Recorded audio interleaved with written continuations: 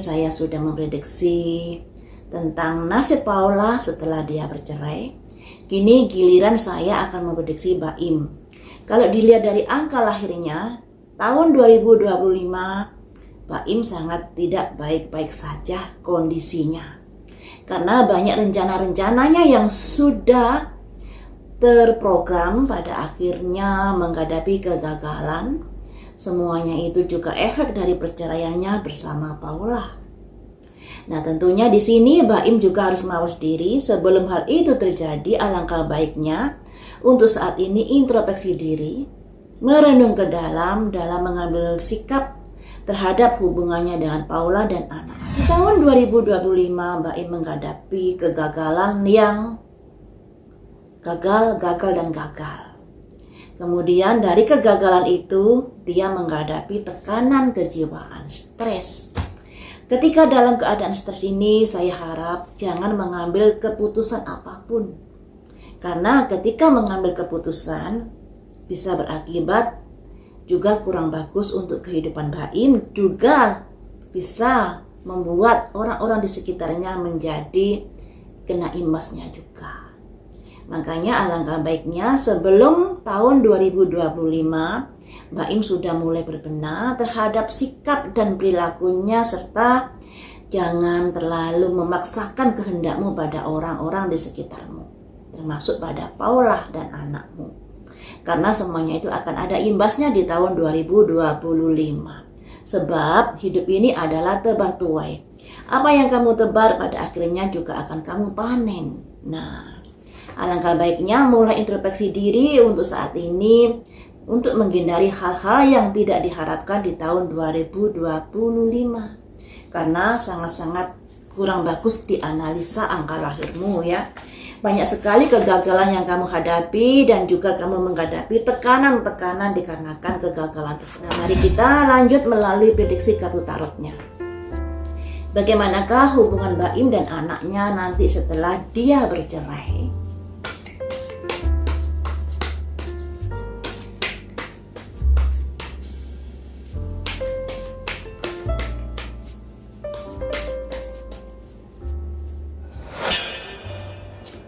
Ada simbol orang dari masa lalu. Kemudian rilis, Baim melepaskan. Apakah ini ada hubungannya dengan prediksi saya dengan Paula yang kemarin itu? Bahwa Paula pada akhirnya akan mendapatkan hak asuh anak. Dikarenakan dia memenangkan di persidangan. Dan di Baim ternyata ada orang dari masa lalu, hubungan seseorang dari masa lalu, yaitu hubungan Baim dengan Paula, dan berakibat dia harus melepaskan hak asuh anak itu untuk Paula. Simbolnya rilis ya. Kemudian bagaimanakah hubungan Baim dengan anaknya nanti? Baim menghadapi tekanan di sini, ada simbol stres sampai nggak bisa tidur, memikirkan apa yang sudah terjadi. Dan ini ada kaitannya dengan analisa dari angka lahir yang saya bacakan tadi itu kan ya. Analisa dari angka lahir, ada banyak kegagalan di tahun 2025 termasuk dengan hak asuh anak ini. Jadi Baim stres di tahun 2025 karena anaknya diasuh oleh Paula nantinya. Kemudian The Emperor. Sebuah keputusan, sebuah aturan-aturan yang sudah diberlakukan. Tapi di sini Baim tak tinggal diam ternyata teman-teman. Ada simbol 9 tongkat. Jadi sekalipun di sini Baim sudah kehilangan hak asuh anak, sepertinya dia tidak akan berhenti berjuang untuk bisa mendapatkan anaknya. Makanya untuk Paula harus hati-hati di sini, seperti diprediksi Paula yang kemarin itu kan ya, Paula mendapatkan keadilan, tapi Paula juga menghadapi tantangan sebelum dia bisa berbahagia dengan anak-anaknya. Jadi kedekatan Paula dengan anak-anaknya nanti akan tetap terusik oleh Baim.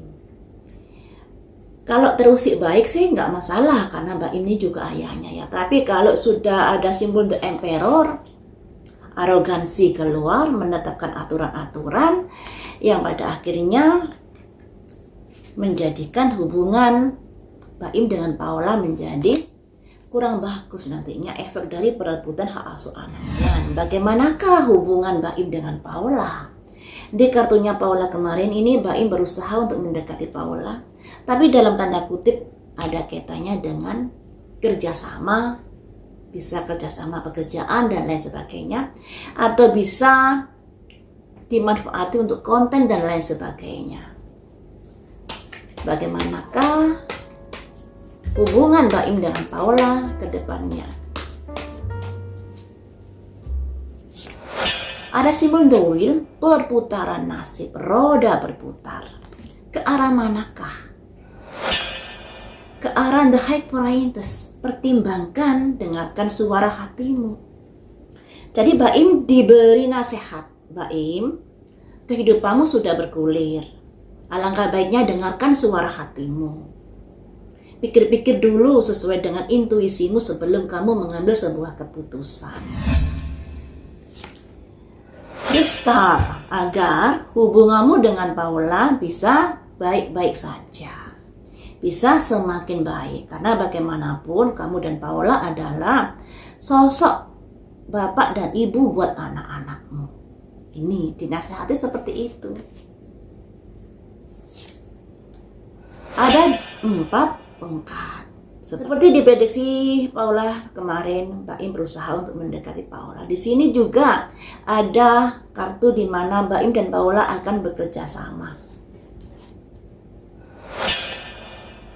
Tetapi juga ada pertentangan di sini. Oh, jadi di sini bisa diartikan seperti ini. Setelah roda berputar atau setelah perputaran nasib yang dialami Baim ada kemungkinan sudah merenung ke dalam di sini, kemudian berusaha untuk menjalin hubungan baik dengan Paula, karena hak asuh anak kan di Paula. Jadi nggak mau dia akan berusaha baik menjalin hubungan dengan Paula, tapi juga tetap ada ketidakcocokan di sini atau ada gesekan-gesekan yang akan dialami Baim dengan Paula di sini ya.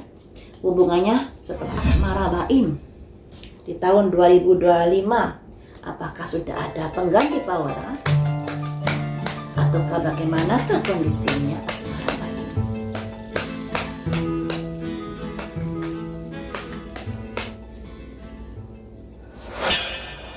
Asmara ada satu pedang, ada tekad, ada pemikiran. Pedang bisa diartikan masih belum ada perasaan pada seseorang. Lebih berpikir kepada masalah pekerjaan Baim nanti ya.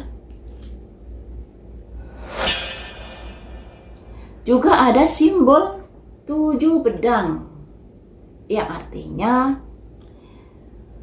ada sikap di mana ada ketidakjujuran, ada kayak modus dan lain sebagainya. Jadi di sini Baim juga ada kekhawatiran kalau saya menjalin hubungan dengan seorang wanita, takutnya nanti begini, begitu dan lain sebagainya. Takutnya nanti wanitanya nggak jujur dan lain sebagainya. Ada simbol balance, keseimbangan.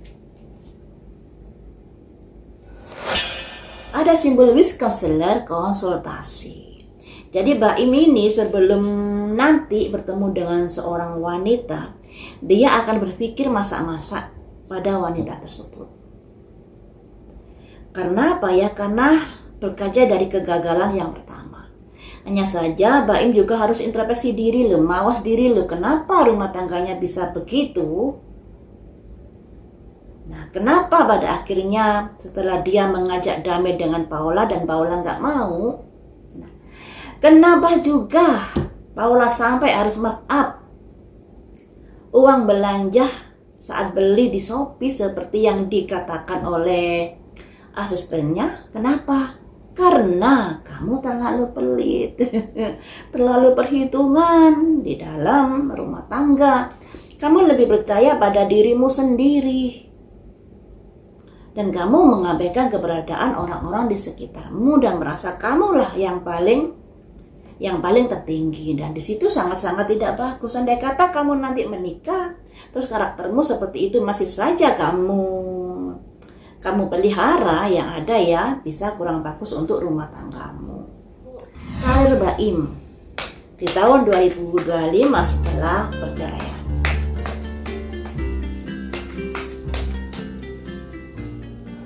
Karirnya ada 7 jangkir. Tidak terlalu fokus kepada karir ternyata. Kenapa ya? Kenapa? Dan mimpi, impian. Nah, impian ini bisa diartikan karirmu maju dan berkembang tergantung dari langkahmu, keputusanmu. Nah, Mbak Im ini sebagai public figure, nah bekerjanya di entertain, jadi dia bergantung kepada followernya, bergantung kepada yang menyukainya, bergantung kepada yang menontonnya. Ketika dia salah langkah, mengambil langkah sehingga banyak followernya yang gak suka atau banyak yang gak nonton jadinya, disinilah ambang dari kehancuran Mbak Im di tahun 2025. Makanya Mbak Im hati-hati sebagai public figure. Kalau mengambil sebuah rencana harus dipikir matang-matang, jangan tergesa-gesa karena emosi. Selanjutnya untuk karirnya, ego. Baru saja saya ngomong, egonya keluar. Semuanya itu ada imbas dari keputusan Mbak Im yang bercerai dengan Paula, yang mengungkit masalah Paula, yang begini yang begitu, menyudutkan dan lain sebagainya, yang pada akhirnya akan berimbas kepada karir Mbak Im di tahun 2025. Walaupun juga ada kabar-kabar baik terkait dengan karirnya. Ya, ada masalah tapi juga ada kabar baik. Selanjutnya, tapi di sini ada simbol orang jungkir balik. Nasibnya terjungkir, sekalipun ada kabar baik tapi ternyata itu tidak bisa mendongkrak dari peningkatan karirnya. Untuk bisa meningkat harus ada pengorbanan yang luar biasa. Ibaratnya Mbak Im ini harus berjuang dari nol kembali untuk bisa memikat hati para pemirsa, hati para followernya agar setia kepadanya. Jadi teman-teman, dalam beberapa kartu ini, hak asuh anak jatuh ke tangan Paula dan itu membuat Mbak Im stres dan tertekan. Tapi dia tidak tinggal diam, dia akan berusaha untuk bisa merebut hak asuh anaknya kembali. Kalau andai kata tidak gugat balik terkait hak asuh anak, tapi di sini ada upaya-upaya untuk bisa lebih dekat kepada anaknya, dan itu dilakukan dengan cara-cara yang arogansi yang pada akhirnya membuat hubungan ibu dan anak ini menjadi terganggu. Kemudian dalam hubungan dengan Paula, ini ada hubungannya dengan prediksi saya yang kemarin ya. Di sini pun juga begitu. Setelah menghadapi kegagalan dalam hal perceraian, Mbak Im berusaha merenung ke dalam di sini, mendengarkan intuisinya, dan disinilah Mbak Im berusaha untuk dekat dengan Paula, tapi sayangnya juga ada gesekan-gesekan. Untuk asmaranya, Mbak Im masih belum terpikir ke arah sana. Dia lebih fokus dalam hal pekerjaan, juga ada di mana seandainya ada wanita yang mendekatinya atau dia tertarik dengan wanita, dia akan pikir-pikir lebih dalam lagi. Akan berusaha berkonsultasi pada seseorang yang bisa dipercaya. Khawatir nanti terjadi sesuatu atau kegagalan lagi di dalam rumah tangganya. Kemudian untuk karirnya ini sangat-sangat jatuhnya luar biasa untuk Mbak Im. Ya, karena di sini ada simbol orang jungkir balik.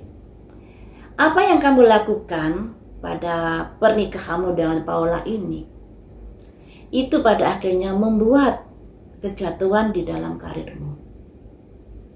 Jadi hal ini kan prediksi tahun 2025. Sebelum hal ini terjadi, alangkah baiknya Mbak Im sudah introspeksi diri, sudah harus tidak terlalu arogansi kepada Paula. Alangkah baiknya misalnya kalau kemarin itu dia menghendaki sidang terbuka, Alangkah baiknya kemudian berubah mengambil sikap untuk sidang tertutup dan lain sebagainya. Pokoknya apa ya? Pokoknya semuanya ini akan ada rentetannya dengan kejatuhan di karirnya Baim jika Baim tidak bijaksana. Dan saran saya, Baim juga harus konsultasi ke psikolog. Karena di angka lahirnya memang ada kondisi di mana kalau dia tertekan, dia akan bisa mengambil sikap yang bisa merugikan dirinya juga orang-orang di sekitarnya. Dan itu potensinya besar sekali.